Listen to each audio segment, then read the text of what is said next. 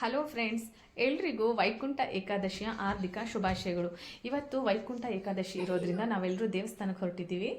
ವೈಕುಂಠ ಏಕಾದಶಿಯ ದಿನ ದೇವಸ್ಥಾನಕ್ಕೆ ಹೋಗ್ಲಿಕ್ಕೆ ಆಗದೆ ಇರೋರು ಮನೇಲೇ ಕೂತ್ಕೊಂಡು ವೈಕುಂಠ ಏಕಾದಶಿಯ ಪೂಜೆ ನೋಡೋದ್ರಲ್ಲಿ ಎಷ್ಟೊಂದು ಚೆನ್ನಾಗಿರುತ್ತೆ ಅಲ್ವಾ.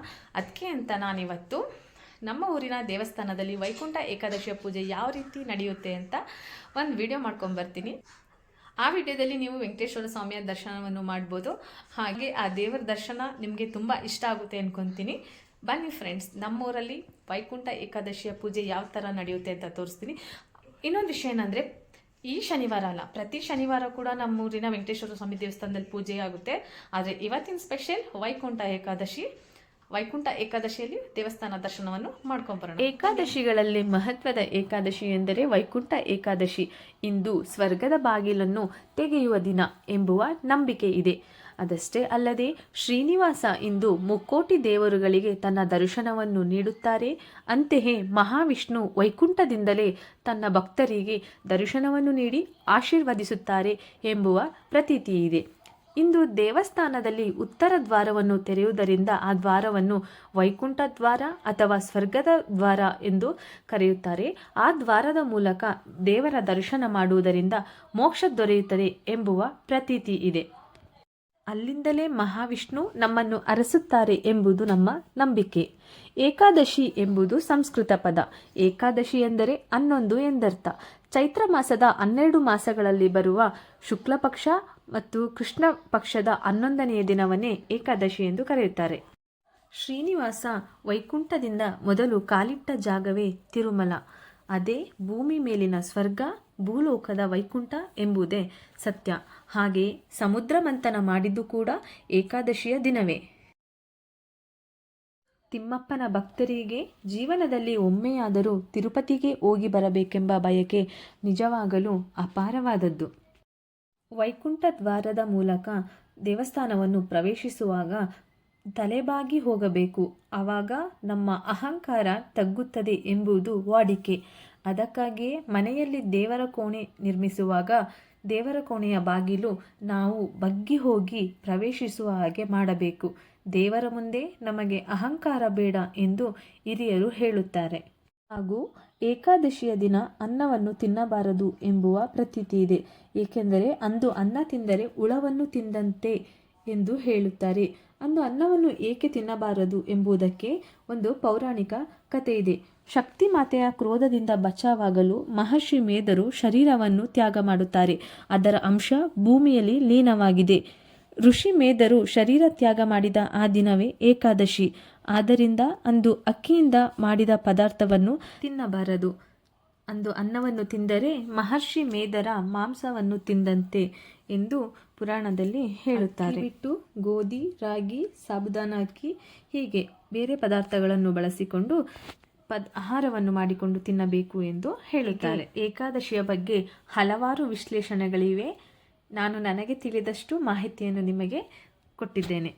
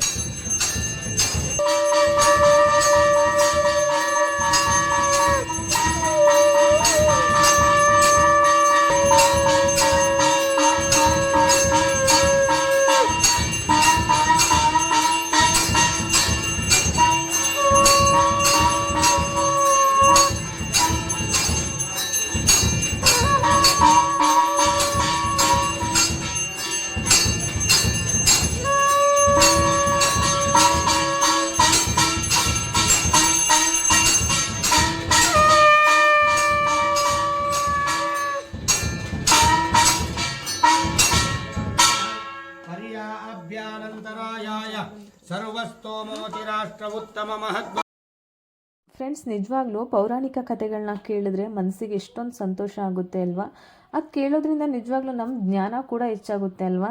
ನಾನು ನಿಜವಾಗ್ಲೂ ಹೇಳ್ತಾ ಇದ್ದೀನಿ, ಈ ಯೂಟ್ಯೂಬ್ಗೋಸ್ಕರ ನಾನು ಕೆಲವೊಂದು ವೀಡಿಯೋಸ್ ಮಾಡುವಾಗ ಅದಕ್ಕೂ ಒಂದು ಸಣ್ಣ ಸಣ್ಣ ಅರ್ಥನೂ ಹೇಳಬೇಕು ಅಂದ್ಬಿಟ್ಟು ಆದಷ್ಟು ಸರ್ಚ್ ಮಾಡಿ ನನಗೆ ಗೊತ್ತಿರೋಷ್ಟು ಮಾಹಿತಿನ ತಗೊಂಡು ನಿಮಗೆ ಹೇಳಲಿಕ್ಕೆ ಪ್ರಯತ್ನ ಪಡ್ತಾ ಇದ್ದೀನಿ. ಈ ವಿಡಿಯೋ ನಿಮಗೆ ಇಷ್ಟ ಆಗಿದೆ ಅಂತ ಅನ್ಕೋತೀನಿ. ಅಷ್ಟೇ ಅಲ್ಲದೆ ಫ್ರೆಂಡ್ಸ್, ನನಗೆ ಈ ವಿಡಿಯೋ ಮಾಡಿಕೊಟ್ಟ ಶ್ರೀನಿಧಿ ಹಾಗೂ ಕನಿಷ್ಕ ನಿಮ್ಮಿಬ್ಬರಿಗೂ ಥ್ಯಾಂಕ್ಸ್ ಹೇಳ್ತೀನಿ. ಯಾಕೆಂದರೆ ಪಾಪ ನಾನು ದೇವಸ್ಥಾನದಲ್ಲಿ ಮೊಬೈಲ್ ಇಟ್ಕೊಂಡು ವೀಡಿಯೋ ಮಾಡೋಕ್ಕಾಗಲ್ಲ ಅಂತ ಹೇಳಿದಾಗ ಅವರಿಬ್ಬರಳು ನನಗೆ ವೀಡಿಯೋ ಮಾಡಿಕೊಟ್ರು. ನಿಮ್ಮಿಬ್ಬರಿಗೂ ಥ್ಯಾಂಕ್ಸ್ ಮಕ್ಕಳ. ಯಾಕೆಂದರೆ ನಮಗೆ ಹೆಲ್ಪ್ ಮಾಡಿದವ್ರನ್ನ ಮರಿಬಾರ್ದು ಅಲ್ವಾ? ಅವರಿಬ್ಬರು. ಫ್ರೆಂಡ್ಸ್, ವೈಕುಂಠ ಏಕಾದಶಿಯ ಪೂಜೆ ನಿಮಗೆಲ್ರಿಗೂ ಇಷ್ಟ ಆಗಿದೆ ಅಂತ ಅಂದ್ಕೊತೀನಿ. ಫ್ರೆಂಡ್ಸ್, ಹಾಗೆ ದಯವಿಟ್ಟು ನೀವೆಲ್ಲರೂ ನಮ್ಮ ಚಾನಲ್ನ ಸಬ್ಸ್ಕ್ರೈಬ್ ಮಾಡ್ಕೊಳ್ಳಿ. ಸಬ್ಸ್ಕ್ರೈಬ್ ಮಾಡೋದನ್ನ ಮರಿಬೇಡಿ. ಸಬ್ಸ್ಕ್ರೈಬ್ ಮಾಡಿ, ಕಮೆಂಟ್ ಮಾಡಿ, ಲೈಕ್ ಮಾಡಿ, ಶೇರ್ ಮಾಡಿ. ನಾನು ಮಾಡೋ ವಿಡಿಯೋದಲ್ಲಿ ಏನಾದ್ರು ತಪ್ಪಿದರೆ ಕಮೆಂಟ್ ಮಾಡಿ. ಕಮೆಂಟ್ ಮೂಲಕ ಹೇಳಿ, ಇಲ್ಲ ನೀವು ಈ ಥರ ಮಾಡ್ತಾ ಇರೋದು ಚೆನ್ನಾಗಿ ಬರ್ತಾ ಇಲ್ಲ ಚೆನ್ನಾಗಿದೆ, ಯಾವುದಾದ್ರೂ ಅಷ್ಟೇ ಕಮೆಂಟ್ ಮಾಡಿ, ನಾನು ಅದಕ್ಕೆ ರಿಪ್ಲೈ ಮಾಡ್ತೀನಿ.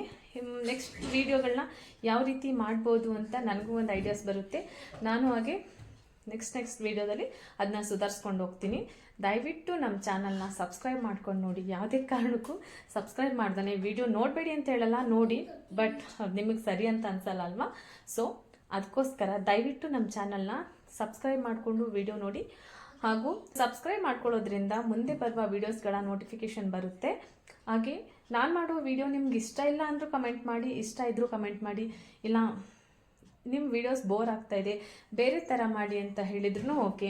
ವಿಡಿಯೋಸ್ ಚೆನ್ನಾಗಿದೆ, ಖುಷಿಯಾಗಿದೆ, ಚೆನ್ನಾಗಿ ಬರ್ತಾ ಇದೆ ಅಂದ್ರೂ ಓಕೆ. ಪಾಸಿಟಿವ್ ನೆಗೆಟಿವ್ ಎರಡನ್ನೂ ನಾನು ಅಕ್ಸೆಪ್ಟ್ ಮಾಡ್ಕೊತೀನಿ.